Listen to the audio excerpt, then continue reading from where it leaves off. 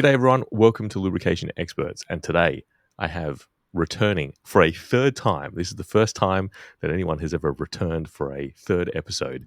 I have the Andy Waynick. Now, Andy has had already two very, very popular episodes on calcium sulfonate as well as lithium complex. I've actually had people come up to me at industry events and actually say, wow, Andy, you got Andy. He's the guy that's like on every patent that I've ever read. so people are always very excited when Andy comes on. So today, this is actually going to be a bit of a follow-up, part two, if you like, to our last episode, which was on lithium-based greases. So in the last episode, we were kind of where we got to was a discussion of the lubricating properties of lithium greases, and there was a bit of history as to why is it that lithium has become the dominant soap within the industry. And basically it's jack of all trades, master of none, and it does everything pretty well, but it has no particular downside. And that's why they are so popular. And I think by volume, the last NLGI survey said that they were in the ballpark of 70% of global grease volume. Now, today, we're going to take that discussion a little bit further because we would like to understand exactly how lithium greases are manufactured, as well as some of the new developments. Yes, it is an old technology, but technology is always moving forward, and Andy's certainly a part of that. So we're going to talk a little bit about some of the new manufacturing methods that are coming to lithium greases, how that might affect the performance and things like that. So without further ado, Andy, welcome back on the podcast. Thanks, Rafe. It's always great to be able to talk with you halfway around the world. I've been looking forward to this. And there were some delays along the way, but we finally done it. So here we are. Yeah. And I think probably now, because of the time, about 6 months, we didn't want it to be that long, but that's how it's turned out to be. I want to do a very brief review of the really top mountaintop items we discussed, so that the viewers today won't be kind of wondering where I'm coming out from in terms of, being left field. Yeah, that's so great. Lithium soap greases, of course, were first published in the open literature with those 5 classic Clarence E. Earl patents in 1942. And from that point on, the spread of lithium soap greases in terms of their use and in terms of technology development was very rapid, very rapid. All simple lithium soap greases are really made by a very similar process. You put in the 12-hydroxystearic acid in a portion of the base oil, and then you heat it up to an appropriate temperature of around 82, 88 degrees Celsius, well below the boiling point of water. And then you add the lithium hydroxide, usually in the form of an aqueous solution. And then you react it and you form your simple lithium soap grease. Clarence E. Earl's patents were lithium stearate. A few years later, and we'll talk about this toward the end, came lithium 12-hydroxystearate. You form the thickener, then you heat the grease up to about 204 degrees Celsius. That gets rid of the waters of reaction. It also melts the simple lithium soap thickener, and then you cool the grease down. And when you cool it down, you reform the grease structure. And we found, and we'll talk about this a little later, the cooling rate really matters. Typically between 204 to about 182 degrees Celsius, we found that the cooling rate actually matters quite a bit. This was discovered within the first 10 years of lithium soap greases being documented. And the tool that helped to discover that was electron microscopy.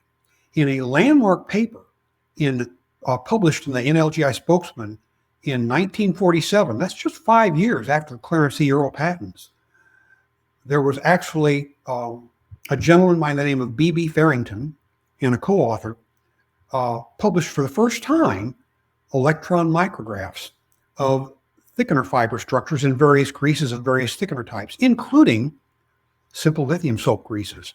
And we saw for the first time the now well-known twisted fiber structure of simple lithium soap greases. And using electron microscopy, we were able to show that critical cooling rate between 204 and about 182 Celsius determines how those thickener fibers grow.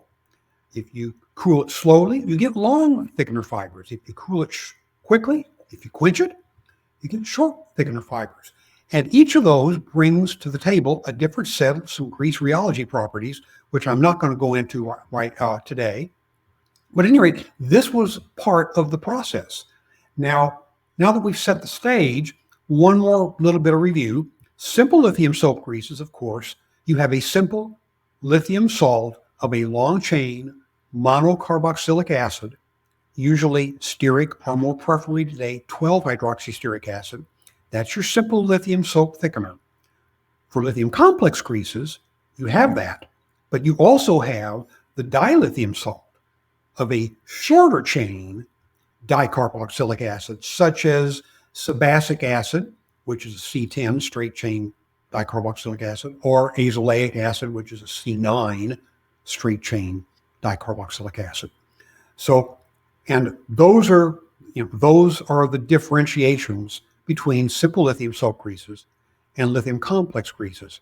Now, I also pointed out that lithium complex greases, they're not true complexes. There is no such thing as a true lithium complex in the strictest chemical sense of the word. Lithium complex greases are co-crystallized. Those shorter chain dilithium salts have melting points above 400 degrees Celsius. And if you intimately co-crystallize the dilithium salts of the shorter chain dicarboxylic acid and this monolithium salt of the longer chain monocarboxylic acid, stearic or 12-hydroxystearic acid, then the high melting point of the short chain dilithium salt will translate to the overall structure, and you'll get that huge increase in dropping points. So lithium complex greases are co-crystallized.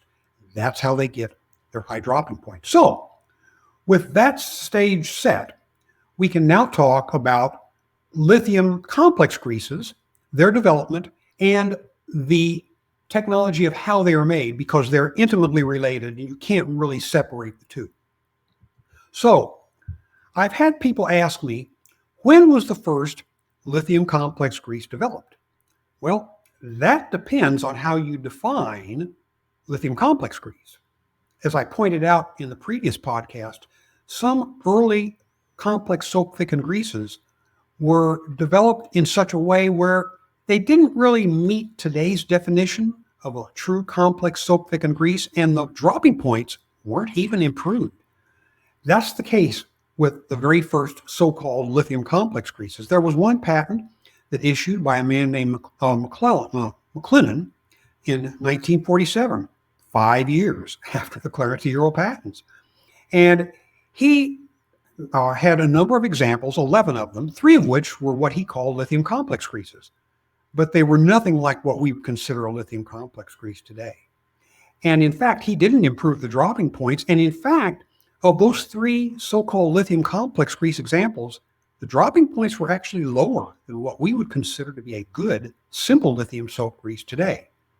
So probably a better way to ask the question would be, when was the first high dropping point lithium complex grease that uses the kind of chemistry that today we've come to be associated with true lithium complex greases? When were those lithium complex greases first developed? And the answer to that question is specifically August the 4th of 1959.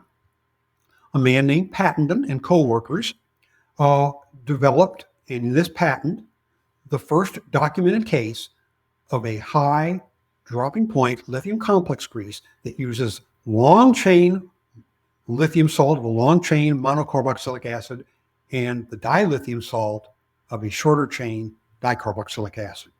Now, coincidentally, this patent issued only a few months after those 5 Clarence E. Earl patents had expired. Don't know if that was by design or not, but that's the way the timing turned out. Now, what Pattenden did was, he didn't use the shorter chain dicarboxylic acid.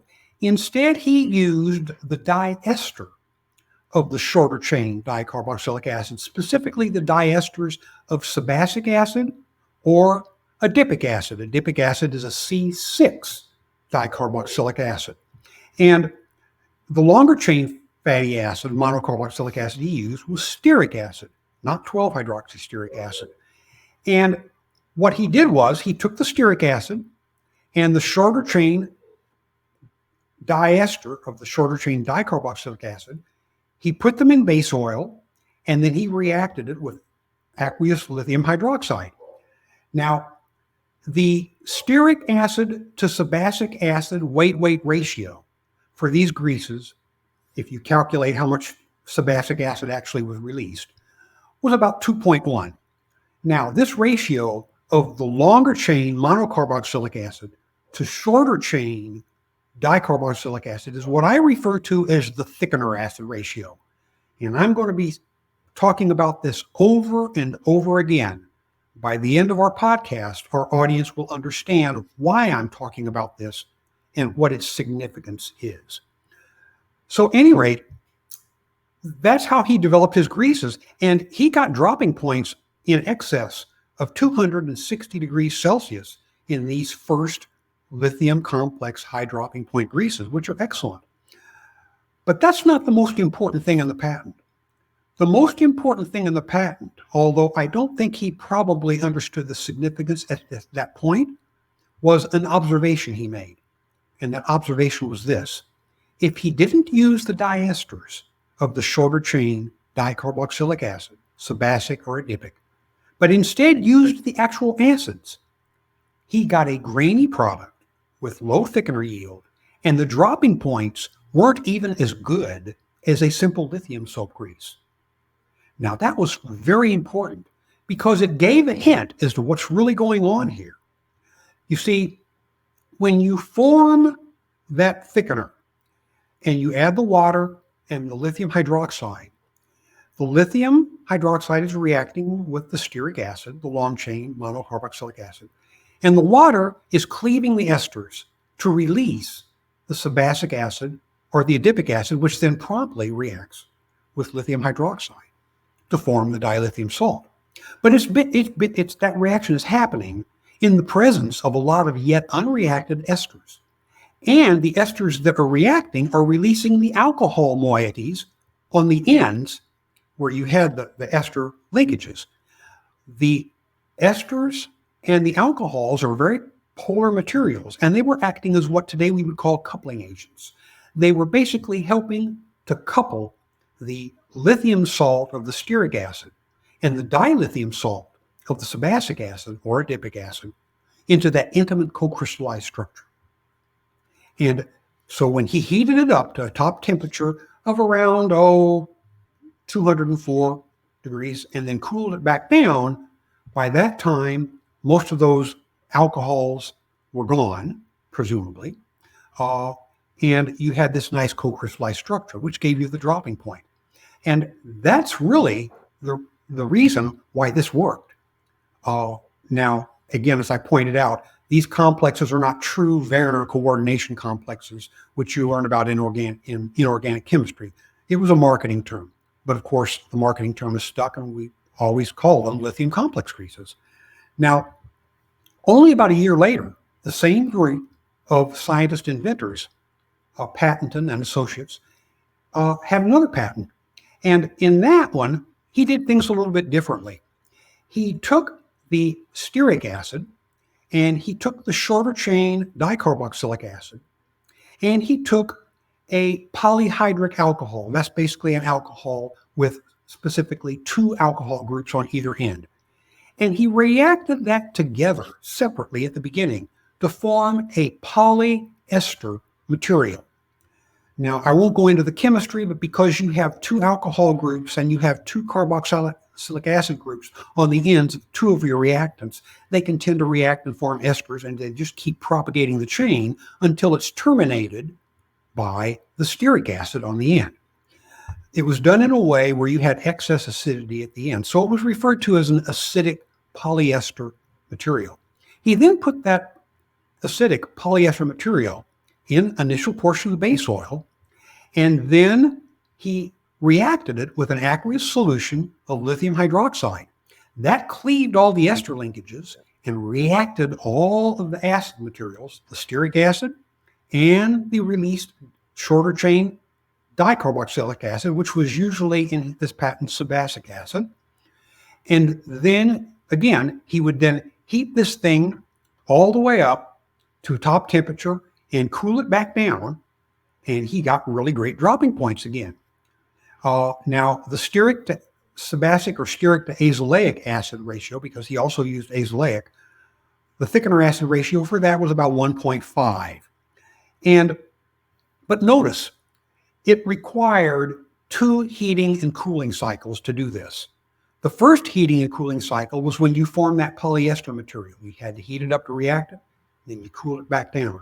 And then you put it in the base oil, added the aqueous lithium hydroxide, and then you had to heat that up to form the grease and cool it back down.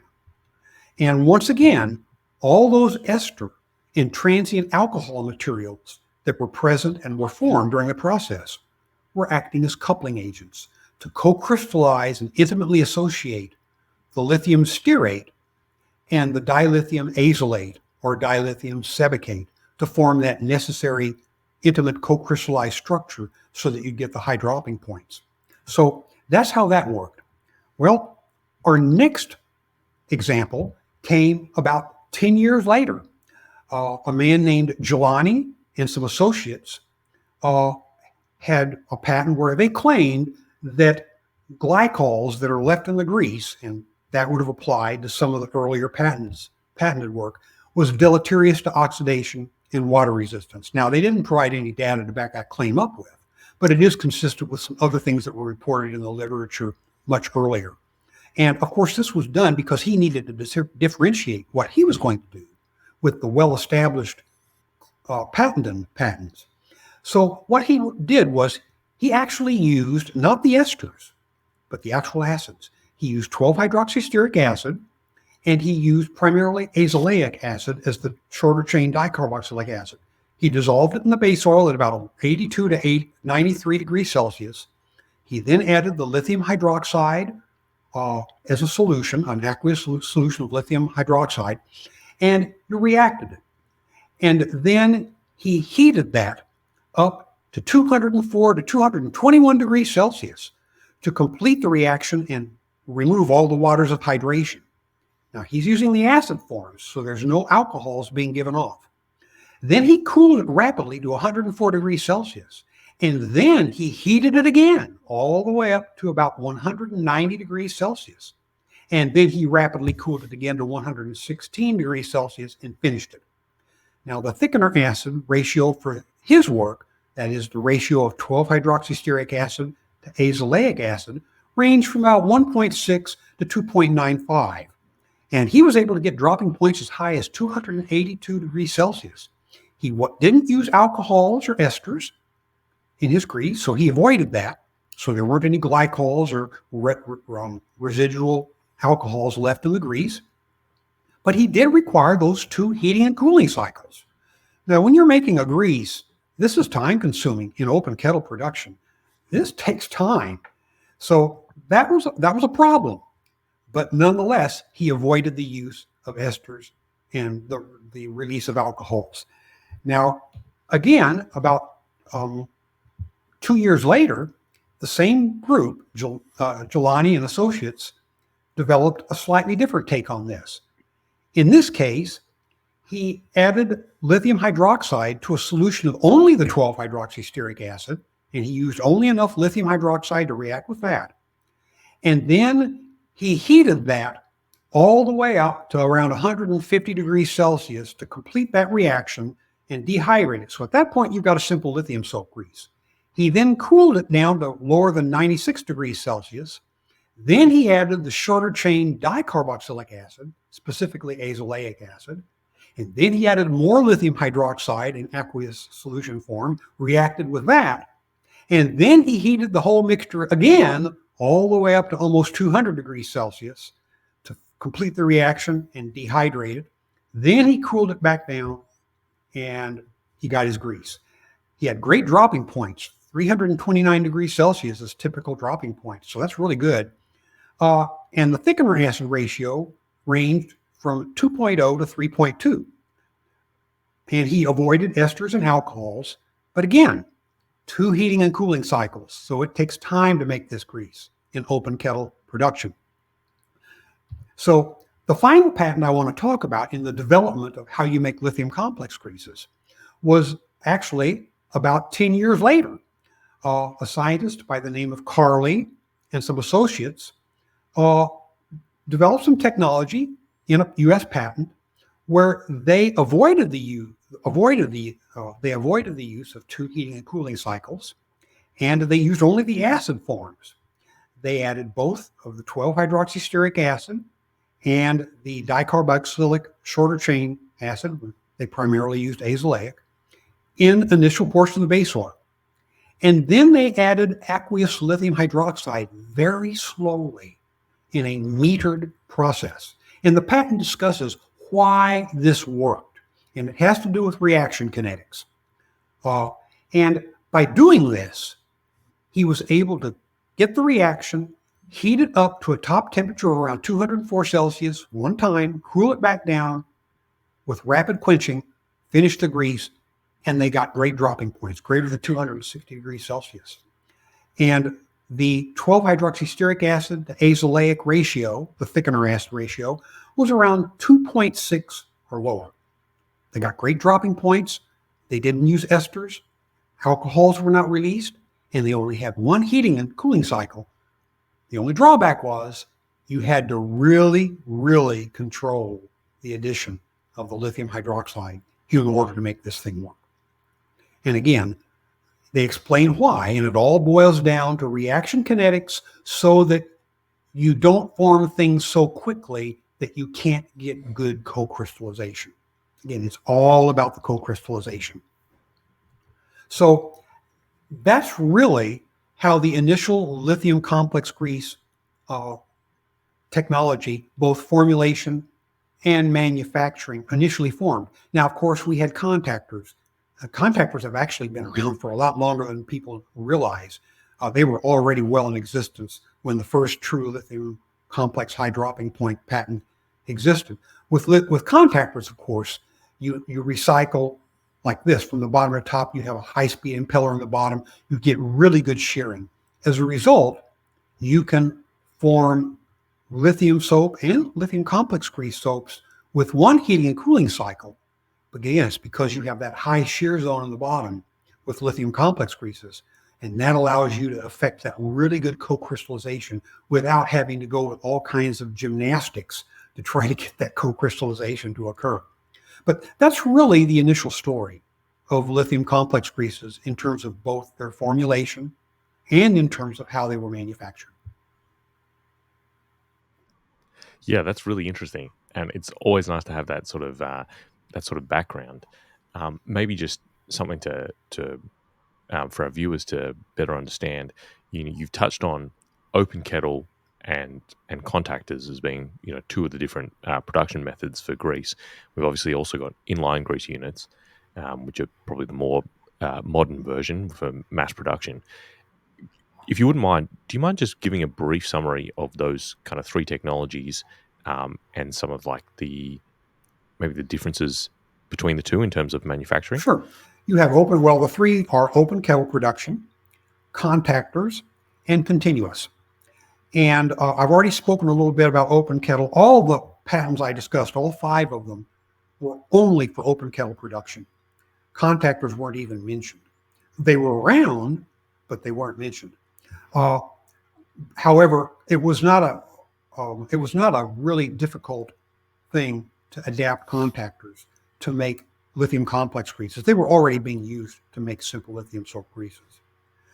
Now, with regard to the advantage, again, contactors are much faster material. By the very nature of the design, you have an annular structure, you have an outer shell, most of the volume's on the inside, and what you have is a circular motion, a propeller on the bottom, an impeller, and the grease basically goes like this in a 2-dimensional cross section.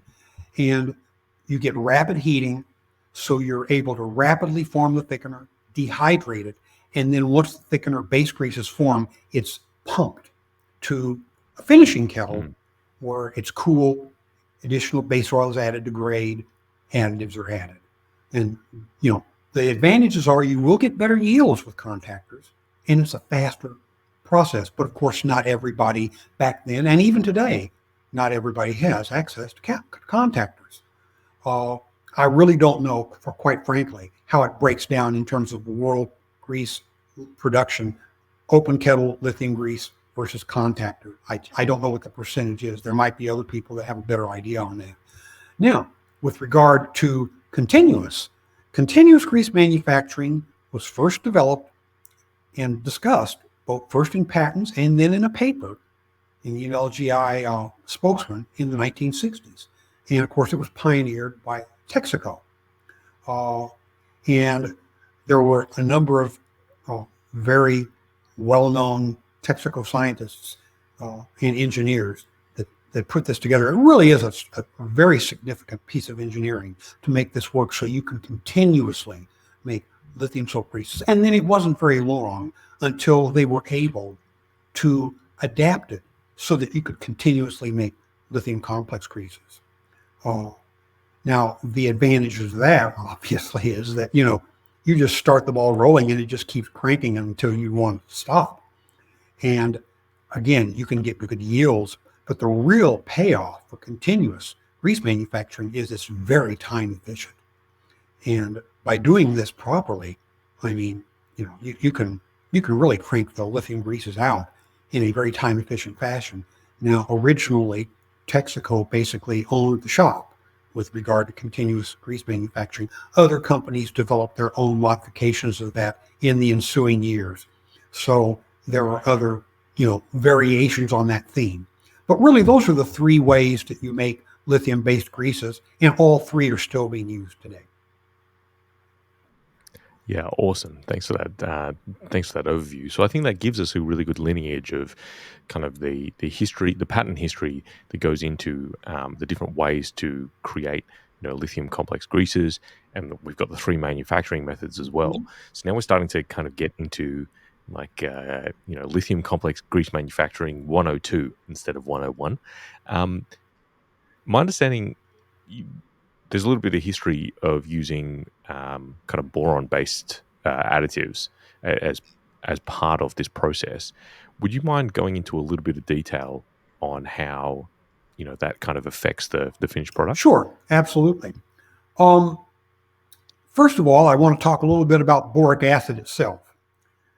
If you go to general chemistry textbooks, they usually write the formula for boric acid as H3BO3.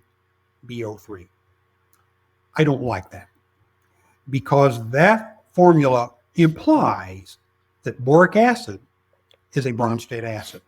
In fact, it's not. Those three hydrogens, even the very first one, will not come off in a Bronsted-Lowry acid-base reaction unless you hit that thing with an amount of chemical force that's just ridiculous. Under all conditions by which you make greases, none of those hydrogens are coming off.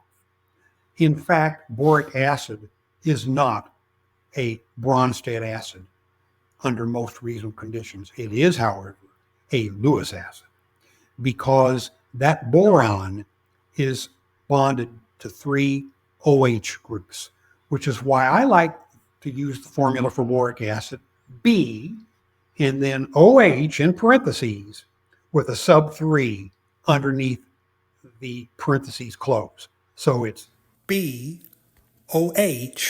taken 3 times.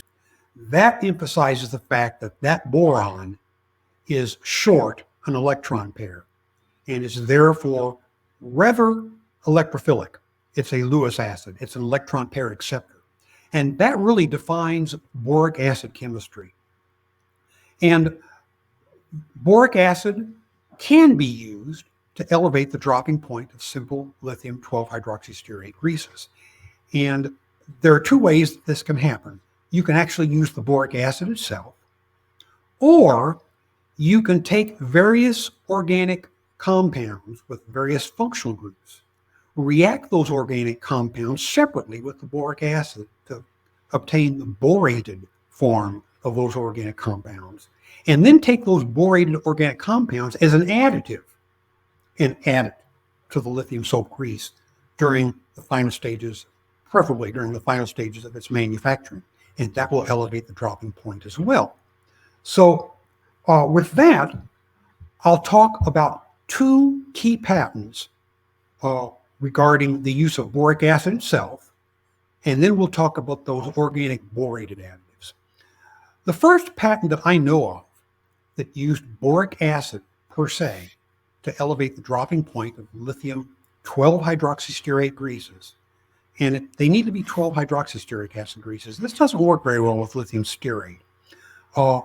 Was issued actually in 1973. The inventor was a man named Harding. And he actually used 12-hydroxystearic acid, boric acid, and lithium hydroxide. He had an aqueous solution of lithium hydroxide and boric acid, which he added to 12-hydroxystearic acid in an initial portion of the base oil. And then that mixture was heated ultimately to around 200 degrees Celsius to form the thickener and react it. And the initial base oil was added upon cooling. Now, Harding said that sometimes it was useful to add another alkyl acid. And the one he liked to use the most was salicylic acid. I can't help but wonder if aspirin would have also worked. But at any rate, he got dropping points anywhere from about 251 degrees Celsius all the way to about greater than 260 degrees Celsius. So he was able to get bona fide lithium complex dropping points without using any shorter chain dicarboxylic acids. Now, about 10 years later, another patent issued. The inventor of that was a gentleman named Statler. And once again, he used the same materials, 12-hydroxystearic acid, boric acid, and lithium hydroxide. But he also used a polyhydric alcohol. And preferably he used glycerol, or, and the patent refers to it as cis dihydroxybenzene. Now, I must tell you, as a nitpicker on chemistry nomenclature, cis is not the right word. He actually meant ortho dihydroxybenzene. Cis-trans isomerism is not used for substituted benzenes. You use ortho, meta, and para. The patent says cis dihydroxybenzene, but he actually meant ortho dihydroxybenzene. But what he did was the aqueous lithium hydroxide and boric acid was added to the 12-hydroxystearic acid in a portion of the base oil in the presence of that glycerol or ortho dihydroxybenzene, and the mixture was then ultimately heated to 199 Celsius, 200 Celsius to fully react and dehydrate. It was cooled.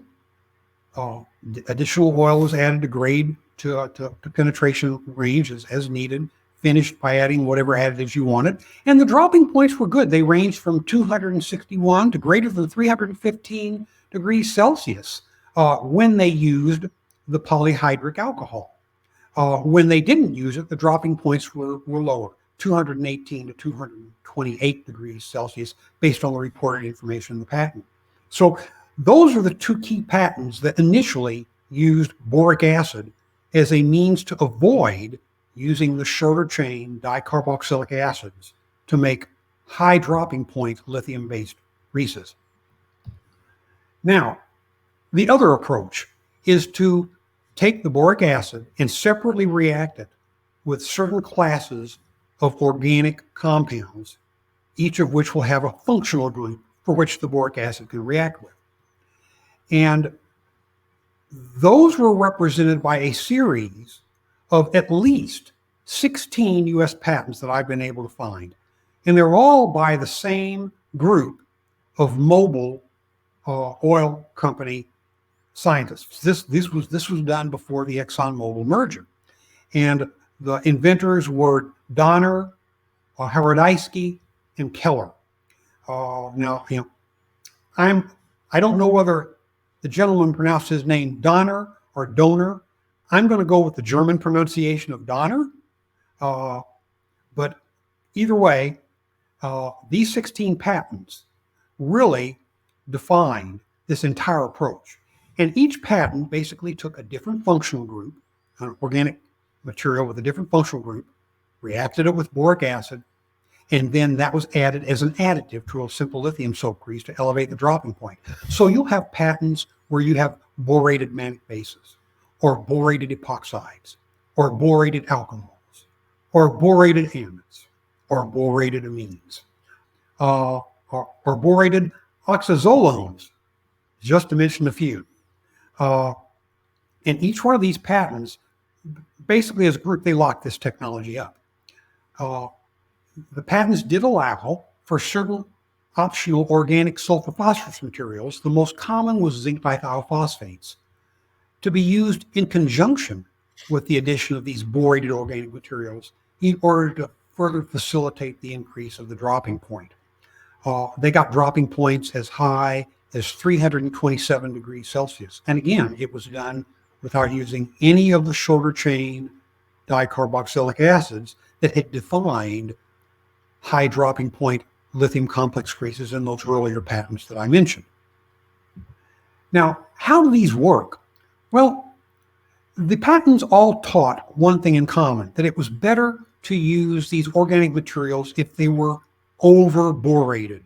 And by that, what the inventors meant was you reacted more than 1 mole of the boric acid with 1 molar moiety of the functional group in the organic material. And what this was doing by virtue of the Lewis acid properties of the boric acid was it was having the boric acid react with the functional groups, but then having more boric acid react with the boric acid that's reacted with the functional groups to form oxygen-boron-oxygen linkages. And these extended linkages became very reactive, so that when you added them to the lithium 12-hydroxystearate, you could get very easy reactions of those boron-oxygen linkages with probably the oxygen in the 12-hydroxystearate to start cross-linking the various lithium 12-hydroxystearate groups. Now, if you start cross-linking the various lithium 12-hydroxystearate groups of the simple lithium soap grease, well, what would you expect would happen to the structure of the thickener, the lithium 12-hydroxystearate thickener, if you start cross-linking the individual thickener molecules? Well, you would expect the dropping point to go up because you're interlocking things and forming a more intimate three-dimensional molecular network. That's exactly what happens, and that's very likely how this chemistry works. Now, I will tell you that while these patents were in force, not a lot of documentation in the published non-patent literature was being published. However, when these patents started to expire, we started to get papers being published in the open literature, especially in the NLGI Spokesman.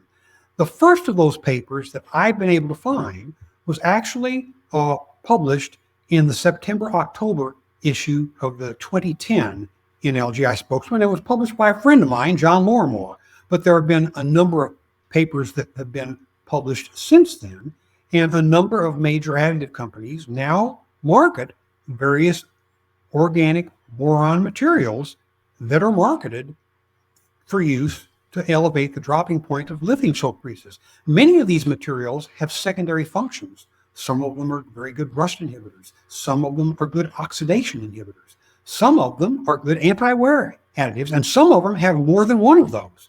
So depending on your choice of organic boronated material, you can actually double or triple dip the functionality that you're adding to the lithium soap grease. So that's really the story of how these boron-based chemistries have been used to elevate the dropping point of lithium soap greases. And I will tell you that combinations of using shorter chain dicarboxylic acids and boron chemistry have also been used.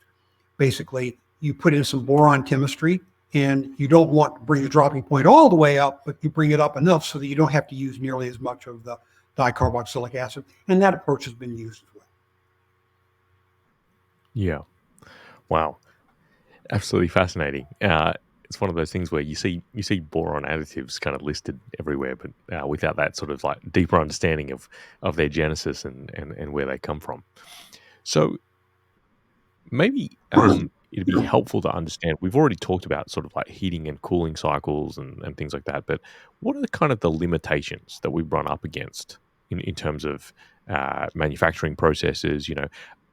Even are there specific additives that aren't really compatible with the manufacturing process, and that's why we don't see them in lithium complex greases? Like, at what point do you kind of run up against the bounds of physics and chemistry? Okay, good question. Well, and I touched on this a little bit in the last podcast, but let's go into it with a little bit more detail now. First of all, additives, functional additives to either introduce new properties into the grease that the base grease doesn't have at all, or to enhance properties that the base grease has at a low level, but you want them to be more profound. Those additives are typically added at the end of the grease making process. After the thickener has been formed, after the thickener fiber structure has been formed, the grease has been cooled down, and basically the base grease structure is pretty much carved in concrete. Additive temperature, but the temperatures at which the additives are added are typically going to be somewhere, I'm speaking in round numbers here, 77 to 93 degrees Celsius would not be a bad range of temperatures to which additives can be added. There can be exceptions to that. Most of the additives that can be used in greases are going to be compatible with lithium soap greases as well. Now, you want to make sure that the additives don't harm the thickener fiber structure. As I mentioned, high levels of detergent additives are probably not a good idea. One interesting limitation is if you're going to use the boron chemistry approach to make a lithium complex grease, a high dropping point lithium grease, you probably want to make sure you make your lithium grease using 12-hydroxystearic acid and not use hydrogenated castor oil.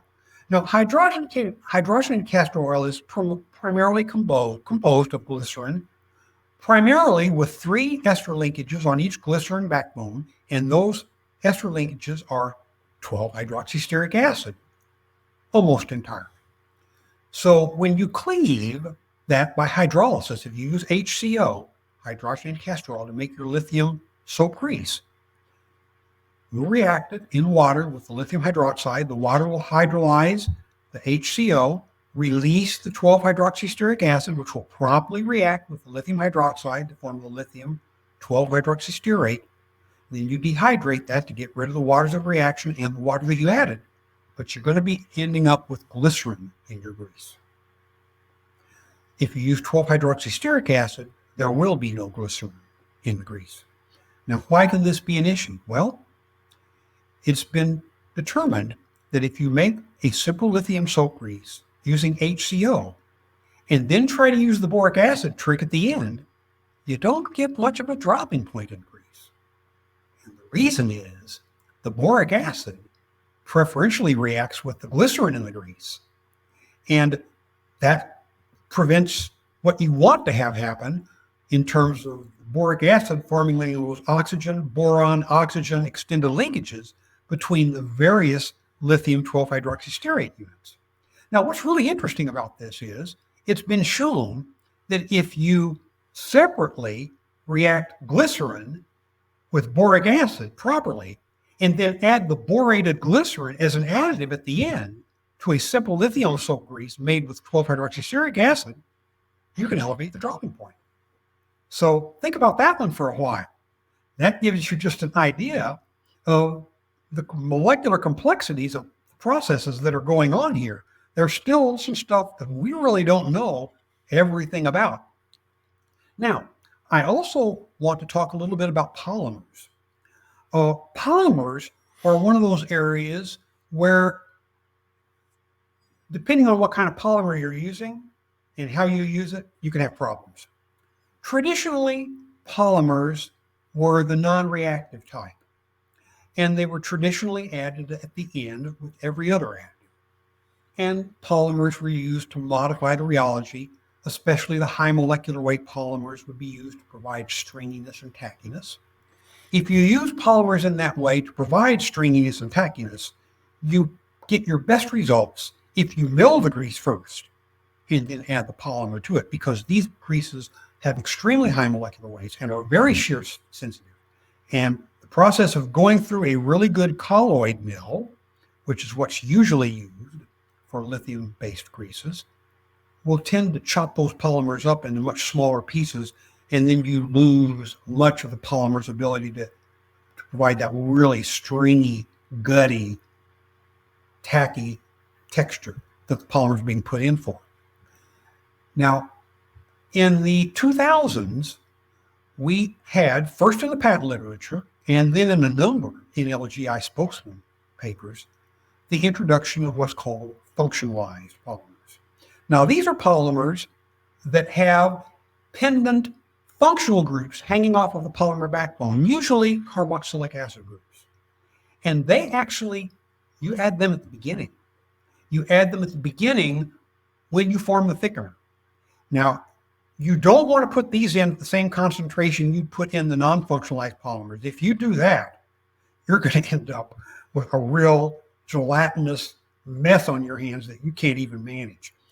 These polymers are typically put in at 10% or less of what you put in a non-functionalized polymer. And properly used, these can provide some really significant changes to grease rheology, but you have to use them properly. Using non-functionalized polymers that are not the stringy tacky level, that you can put those in also initially before you form the thickener. And the reason you do that is so you can get what's called a thickener polymer entanglement, in which when you form the thickener fiber structures in the presence of these polymers, which at the temperatures of reaction, those polymers have unwound quite a bit, then you get the thickener fiber and the polymer structure tangled up within one another, and this modifies the overall thickener structure as well. And again, proper use of this, you can get some very interesting rheology in these greases. So that's some of the I would say the high points of what you want to know about how additives can and cannot be used in lithium soaps. There are other things I like to say as well, but that's a good primer for right now, I think. Yeah, that's awesome. Now, I think that's really helpful to sort of contextualize. And I always find it fascinating because coming from the lubricating oil world, greases are kind of like a whole different beast. It's almost like an entirely different species. And the complexity of having to manage, the additives, the thickener, the bases, and getting all of that to coordinate into a single product that can actually, function exactly the way that you want over a long period of time. That's kind of what fascinates me about the lubricating greases world. It's definitely a very highly specialized area. One thing that would be helpful to understand, and usually as we kind of draw to an end in these podcasts, we'd like to talk a little bit about the future, and sometimes that really relates to kind of new developments in the field. You've published in a fair bit of detail, some optimizations around grease manufacturing and ways to, improve properties or decrease the amount of lithium that's required as part of the manufacturing process. That's actually pretty, I'd say, pretty, topical. Obviously, we've had a little bit of relief in lithium prices recently compared to a couple of years ago, but with battery demand being what it is, it's very likely that at some stage we'll see a spike in lithium price in the future. And so manufacturers are always looking to kind of optimize on cost, but also improve yield. So could you talk a little bit about some of that sort of work that you've been doing, and what are kind of some of the levers that we can pull to really help us in that process? Sure, be happy to. Well, to do that, I want to go back, and I promised I was going to do this. Let's talk about the thickener acid ratio. That is to say, the weight-weight ratio of the amount of long-chain monocarboxylic acid you use relative to the weight of the shorter chain dicarboxylic acid you use for a traditional non-boronated lithium complex grease. Now, consider these facts. If you do the stoichiometry, each pound of 12-hydroxysteric acid requires 0.14 pounds of lithium hydroxide monohydrate to react and neutralize it. 1 pound of azelaic acid, the short-chain dicarboxylic acid, that requires not 0.14 pounds of lithium hydroxide monohydrate, but 0.46 pounds of lithium hydroxide monohydrate. In other words, a bit over 3 times as much. Okay? Now, consider this. As I mentioned in the previous podcast, it's the lithium 12-hydroxysterate, lithium long-chain fatty acid salt that's responsible for the thickening. The dilithium salt of the shorter chain dicarboxylic acid, azelaic acid, isn't a good thickener. It's there for only one reason, to raise the dropping point. In fact, as you add the dilithium azolate to the structure, you actually require so much of it, and what it does, it actually dilutes the effect of the simple lithium salt, so that not only do you add this dilithium salt that requires more than 3 times lithium to react with it, but you're actually now going to be requiring even more lithium for the 12-hydroxysteric acid as well. So you're getting hit with a double whammy to make a lithium complex grease in terms of the required lithium. So any method that can reduce the amount of the shorter chain dicarboxylic acid relative to the longer chain monocarboxylic acid, or in other words, anything that can increase the ratio of the long chain to the short chain dicarboxylic acid, can be expected to reduce the required amount of lithium, and it's going to do that in at least 2 ways. First of all, by reducing the amount of azelaic acid relative to 12-hydroxysteric acid, you're reducing the amount of lithium needed because azelaic acid requires more than 3 times as much lithium to neutralize it. But it's doing something else as well. The more you lower the amount of azelaic acid in your lithium complex grease structure, the more the lithium complex thickener starts to resemble a simple lithium soap grease. And that improves thickener yield. And when you improve the thickener yield, you need less thickener and you need less lithium for the 12-hydroxysteric acid portion. So you might say, well, that's easy. Just use a lot less azelaic acid. Well, unfortunately, that's a problem because it's the azelaic acids that's raising the dropping point. There's a reason why thickener acid ratios in the literature prior to my work were never reported any higher than 3.2. Because if you go any higher than that, with the old technologies that I've discussed, your dropping point craters. So what we need is some new technology that allows you to have the best of both worlds, to quote Candide. So what you want is something that allows you to dramatically reduce the azelaic acid content relative to the 12-hydroxysteric acid content and keep that dropping point and all other thickener-related properties of the grease where they are.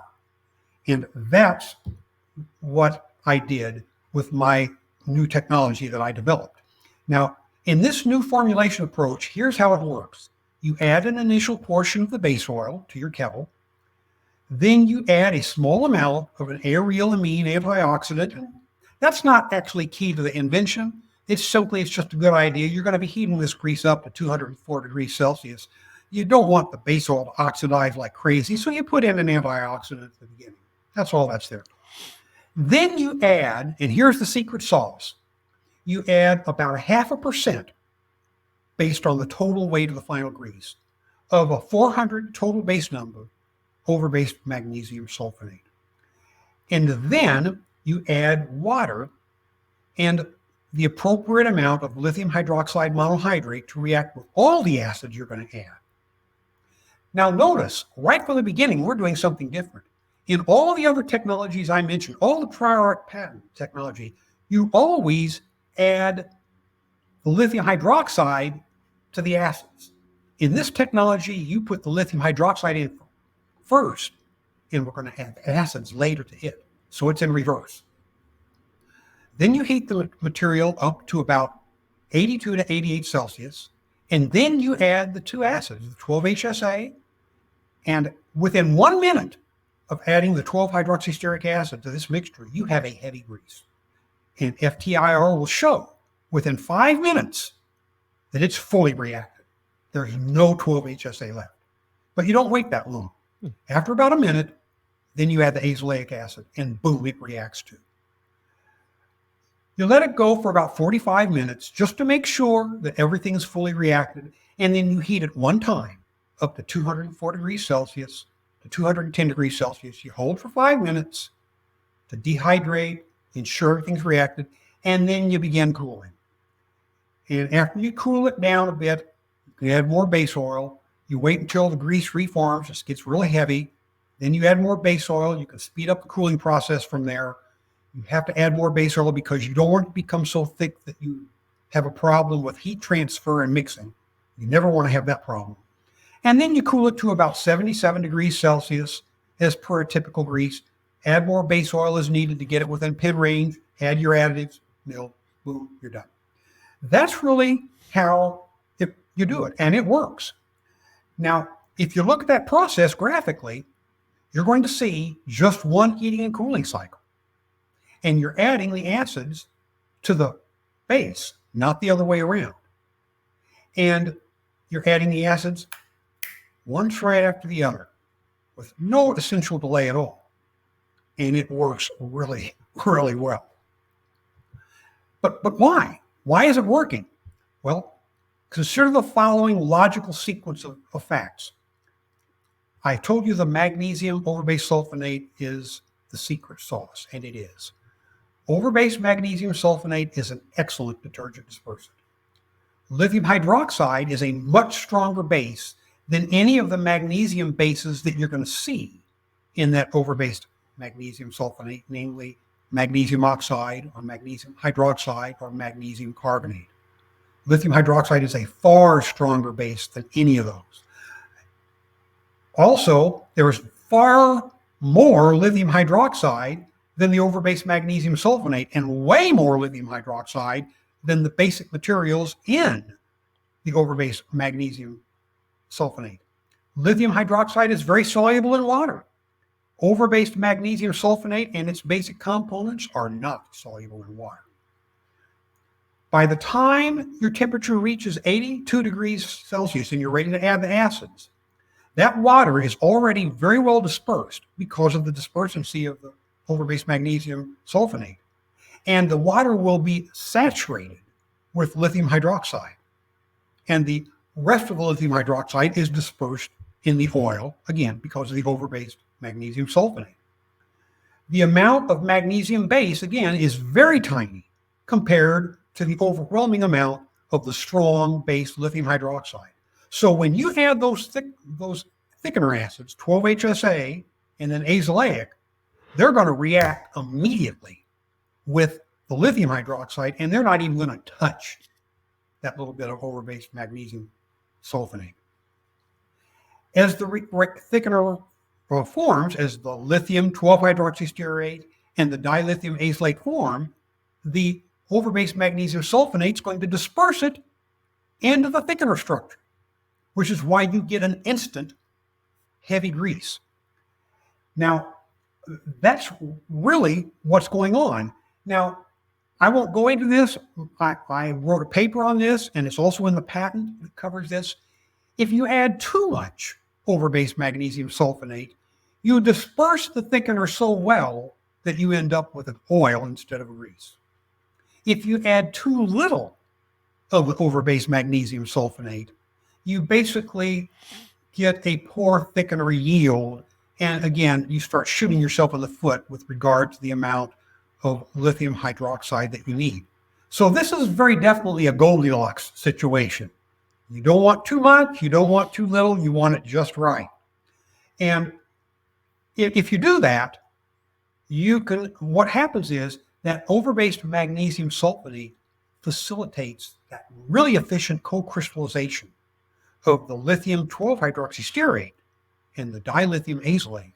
So, in fact, it facilitates such an excellent and rigorous co-crystallization that you don't need nearly as much of the azelaic acid to do the job.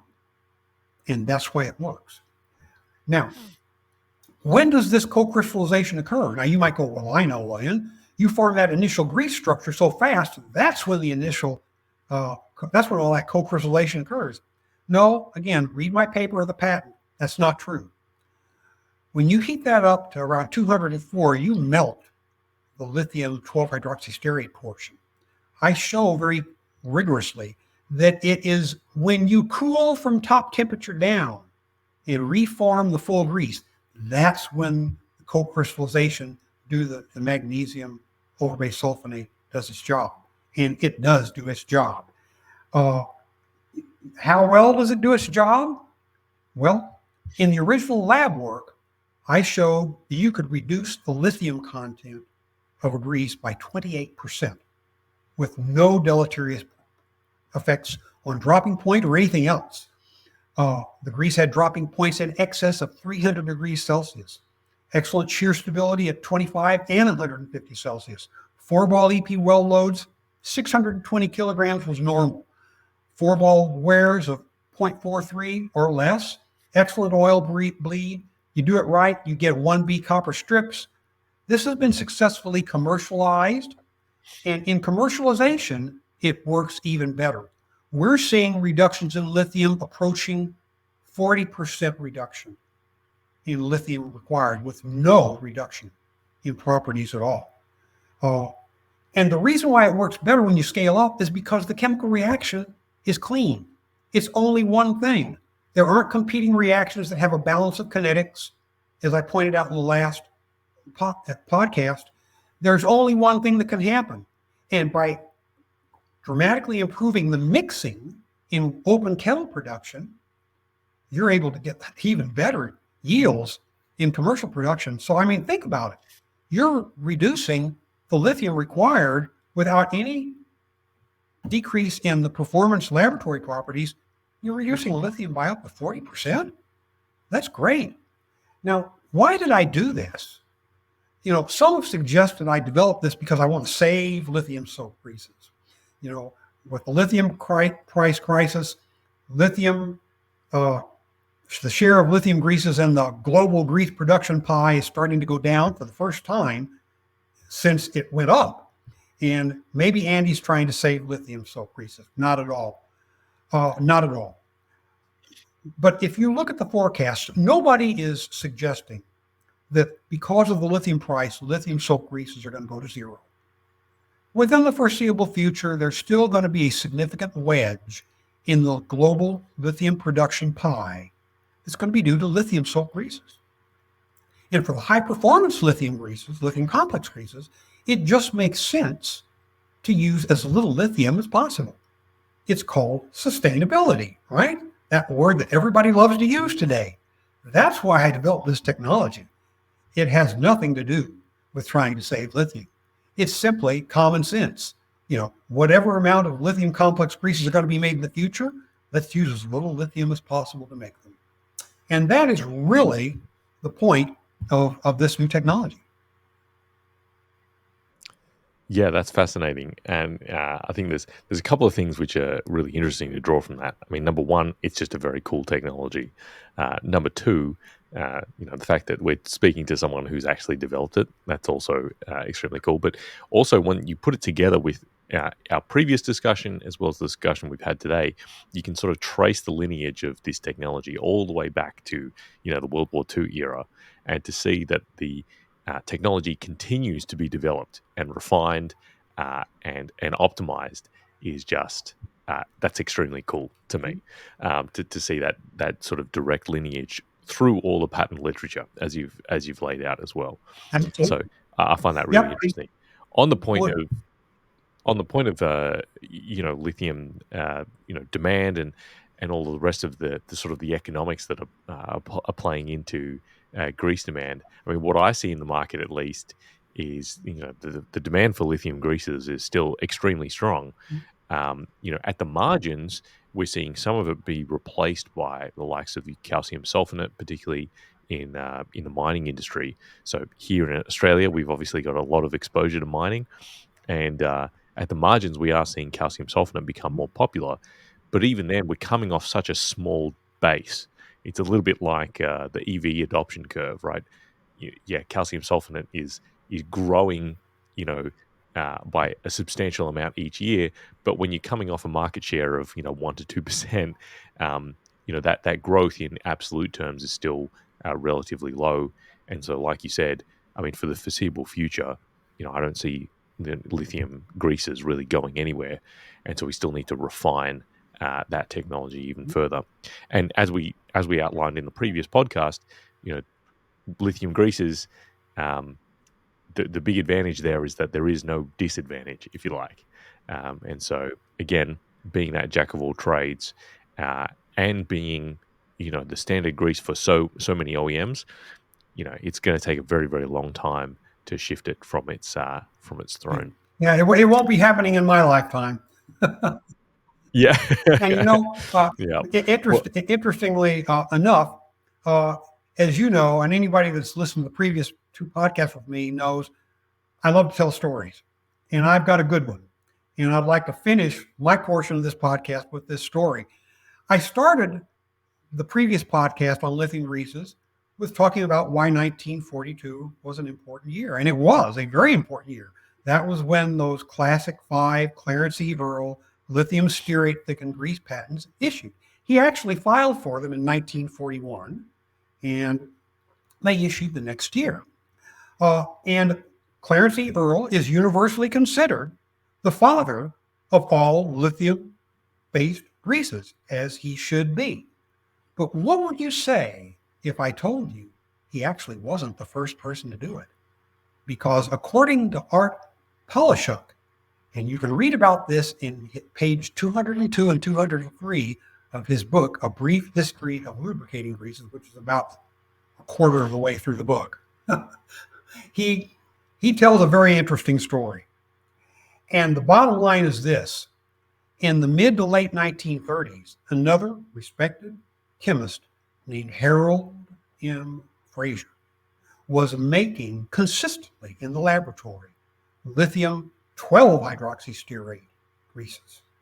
And the story is interesting, and it's even indirectly linked to the invention of nylon, which was one of the most important synthetic synthesis inventions of the 20th century. You can read about this if you go to page 202 and 203 of that book. But here's the interesting thing.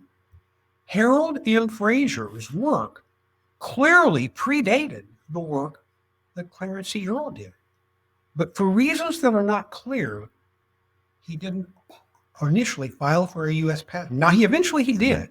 After Clarence E. Earl's patents issued, he filed. And he ultimately got a patent for lithium 12 hydroxystearate greases 3 years after Earl's patents issued in 1945.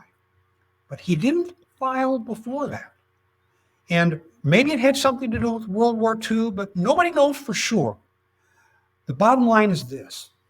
He didn't publish. He didn't file for the patents. Clarence E. Earl, who did lithium stearate greases later, did. And in the industrial world as well in academic, is publish or perish. And Clarence E. Earl is considered the inventor of lithium-based greases, even though somebody else did it first. And Polishuk knew Harold Fraser personally. There's no reason to disbelieve the story that Polishuk tells in his book. And I believe it's true. So, it's kind of interesting. People might think that that's a little unfair, but actually it's not. It's very fair because science works by advances being published in the open literature so that other scientists can digest it, build on it, and then they make contributions, which then can be the source of the process being repeated over and over again. And when you don't publish, for whatever reason, it could be company policy, whatever, when you don't publish, you're short-circuiting the scientific process.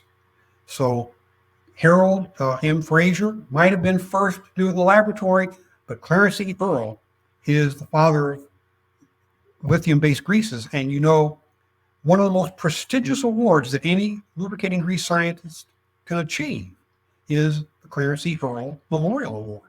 I have several friends who have received that very important award. And, if Harold M. Fraser had, for whatever reason that prevented him, if he had actually filed for a patent or even published a paper before Clarence E. Earl filed for his patents, that award might be known as the Harold M. Fraser Memorial Award, but it's not. And if you think that's still unfair, if you are asked the question, who discovered the double helix structure of DNA? Everybody's going to say Watson and Crick. And I believe that is true. But if you've read the story, there is at least some controversy as to whether or not Watson and Crick, or a competing team, might have actually discovered it first. But it doesn't matter because Watson and Crick submitted their results for publication first, and that's all that matters. And the two of them have Nobel Prize medallions they can hang around their neck as proof that that's the only thing that matters. So the moral of this story is publish. Find a way, whatever. When you do something inventive, innovative, figure out a way, beg, borrow, or steal, whatever it takes. Publish in the literature so that science can move forward. Yeah, that's a really great note to sort of end on. And what's I find hilarious is that book, the Art Polishak book. I've actually tried to get a hold of it, but it's not in print anymore. But you did hold it up in the previous episode. This brief history of lubricating greases, and it's like hitting someone with the Encyclopedia Britannica. So if you do happen to have a copy of that book, first of all, reach out because I'd like to buy it off you. But also hang on to it because it's no longer in print and it's pretty hard to get a copy of it. But hey, Andy, your insight is always awesome. Everyone really enjoys the way that you kind of lay out not only the technology, but the story behind the technology, and also giving credit to all these people who contributed to the corpus of knowledge as well. So I think everyone really appreciates that. So once again, thank you for your time, and we'll talk soon. Take care.